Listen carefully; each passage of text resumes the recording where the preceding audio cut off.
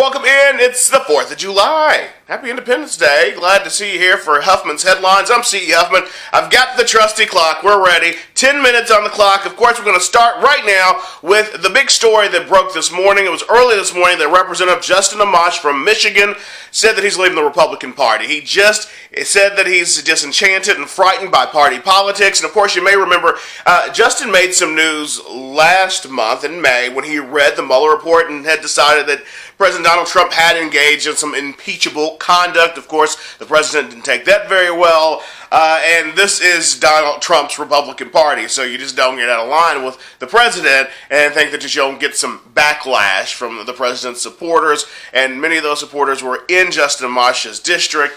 They just don't see it that way. However, Justin Amash said he's going to stay a U.S. representative. But he's going to be independent from now on. He's going to be an independent representative from Michigan's 3rd Congressional District. And I'm going to give Justin a thumbs up, actually 2 thumbs up. It takes a lot of guts to do this. To step out there, be independent, be on your own, and show the world that, yes, you can govern from both ends of the aisle. And I think that Justin Amash might be one of the few people who has some guts in D.C. He might not win his next election because he stepped out there and said, I'm no longer going to be a Republican. But that's a bold move for him and for his district. And hopefully he'll prove to folks in his district that he's still the same guy. He just won't have an R next to his name. So great job for him and congratulations. The next story I want to focus in on is Ohio's heartbeat bill being blocked. A federal judge temporarily blocking Ohio's abortion, anti-abortion, as you could probably look at. The further you get into it, it's an anti-abortion bill, of course. It's the fetal heartbeat bill, and it's dependent on when the heartbeat can be detected. Yes, from the fetus. So if a doctor can detect a fetal heartbeat in this bill, they cannot perform an abortion. Now, this usually happens about 6 weeks into pregnancy. That can happen. And a lot of women don't even know that they're pregnant yet. So this is looked at, of course, as an anti-abortion bill. Now, Planned Parenthood and the abortion clinics represented by the American Civil Liberties Union sued to stop the law. They are certain to succeed on the merits of their claim that the bill is unconstitutional on its face. Of course, Ohio's Republican governor actually signed that law into effect back in April. Now, his predecessor, this is a little piece of information you might not know. His predecessor, Ohio's John Kasich, who also ran for president, was the last guy standing against Donald Trump. He vetoed that bill twice. Yes, John Kasich, a Republican as well, vetoed that bill twice. However, the new Republican governor signed it into law in April. Now, I'm going to give the opponents of this bill a thumbs up because I am a big believer in the American right to choose whatever your passion is and whatever your future is. And you have to do that based upon your own personal life and your own personal health. That's America. That's the American way. However, if the women want to do a deal, and I say do a deal with the men on this abortion issue, they want to do a fetal heartbeat bill, or they want to close down abortion clinics, how about this? How about we do some legislation of men and their private parts? How about you say no more erectile dysfunction pills? You don't want me to have a choice of how I deal with my body, and you think that this is some kind of religious call to action about my pregnancy and what I do with that,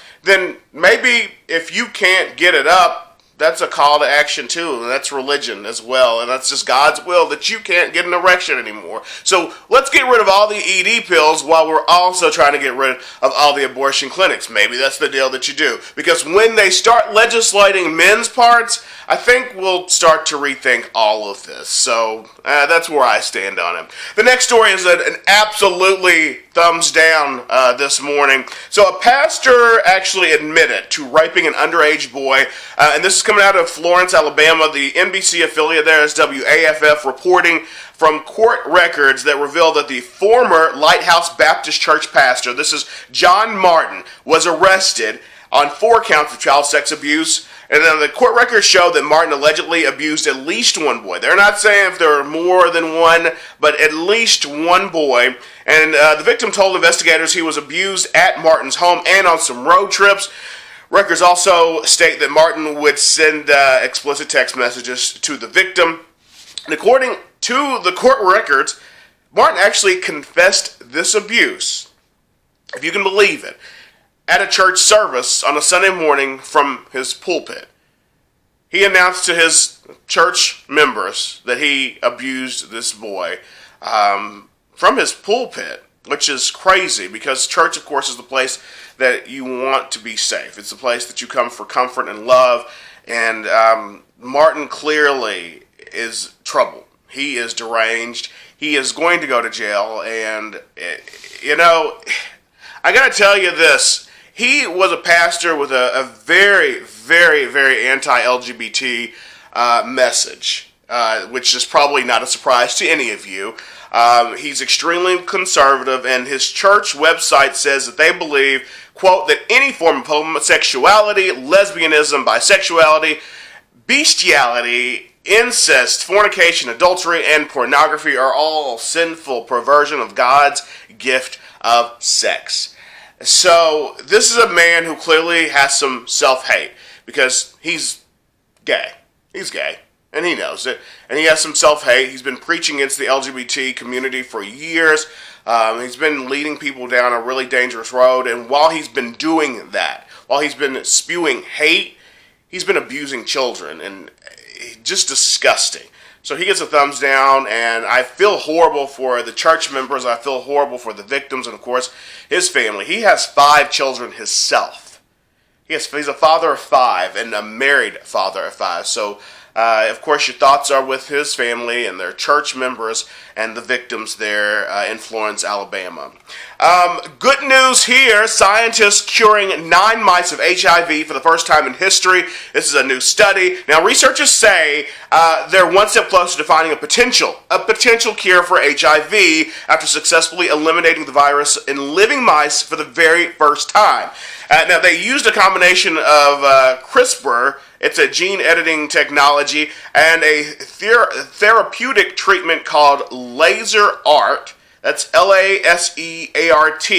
And scientists at Temple University and the University of Nebraska Medical Center said they erased HIV DNA from the genomes of animals in what they call an unprecedented study. Now, HIV and AIDS came on the scene heavy back in the 70s and really, really destroyed a lot of lives in the 80s.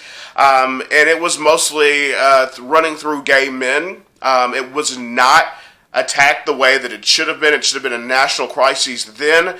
Everybody should have been tested. Every single American should have been tested then. And this could have been dealt with in a much more mature, an adult way, instead of everyone running scared back in the 70s and 80s.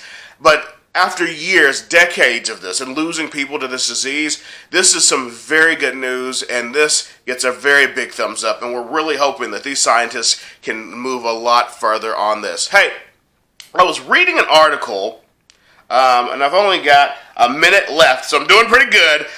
Reading an article about 5G testing from CNET.com. It's a good article, and there are 5G speeds being launched in some bigger cities right now. But I had to think to myself, there are still places with no cell phone service. I don't care about 5G right now as much as I care about every single person in America being able to access cell phone service and even 3G. I was just on a trip this weekend through parts of Kentucky. I lost complete service. I didn't have AG. I didn't have a phone connection, could not send a text message, and they're running 5G. Can we just get service throughout the country before we start trying to do bigger and better things? There are still places on interstates. I remember a couple of years ago, just 2 years ago, I was on an interstate in America, a U.S. interstate, and there was no cell phone coverage. No cell phone coverage on a U.S. interstate. We got to do better than that. It's 2019, we're going to 2020, and before you get 5G, please make sure that everybody is covered from the border to the north to the border to the south and both of the oceans and everything in between. Everybody needs some cell phone service. Everybody needs access to the internet. A lot of people, their way to get to the internet is their cell phone right here. This little thing here, and they deserve it. We all deserve access to information. This is the greatest time ever as far as information is concerned. So to all the phone companies running 5G tests, you're going to get a thumbs down on 5G until you get service to all of America. There's the bell. We're on time. Yes. Hey, thanks for tuning in on this 4th of July. I hope you have a great, healthy holiday. Be safe out there, and don't do anything stupid with fireworks.